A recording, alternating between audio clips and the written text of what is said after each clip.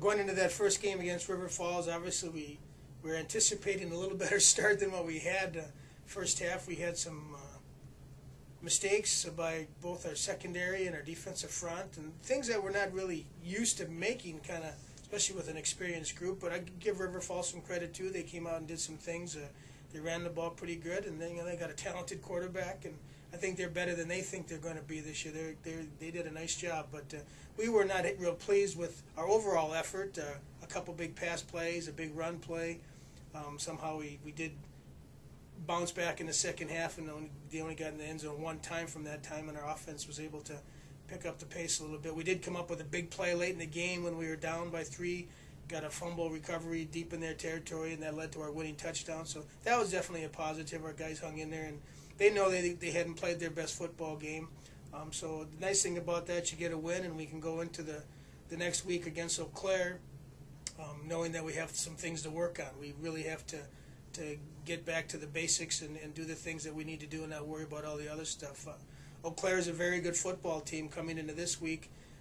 They were one of the top teams in their league last few years, and they've always given us battles in these preseason non-conference games.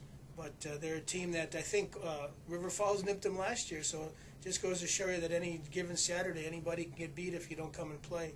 River Falls, again, I think will do better in their conference overall, and whether it's wins or losses, you don't know, but I think they're going to be a pretty solid team. The Eau Claire team is very talented. They do have some skilled kids back. Their quarterback is back. They had an all-conference running back that is back, so they got some pretty good guys to start off the season with that are pretty talented.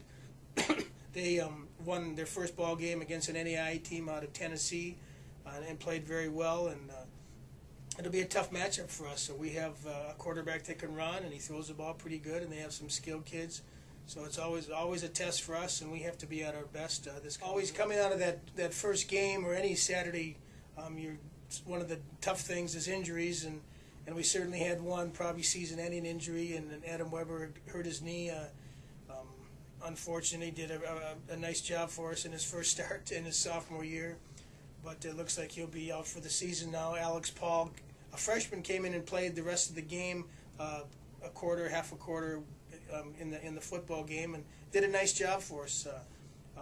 He runs really well, and he made some tackles, and that was good to see. So he was a real nice plus to step in and play his first college game right off the bat, and he helped us out. A couple other injuries look like they're just kind of game-to-game things, nothing any serious. We had a little stinger here and there and a little shoulder injury, but nothing that should keep either Dave Burns or Ethan Knight out at maybe a practice or two, but nothing extensive from there. So other than that, we certainly feel for Adam, and he's had 2 older brothers play here, so they're obviously looking forward to the football season again.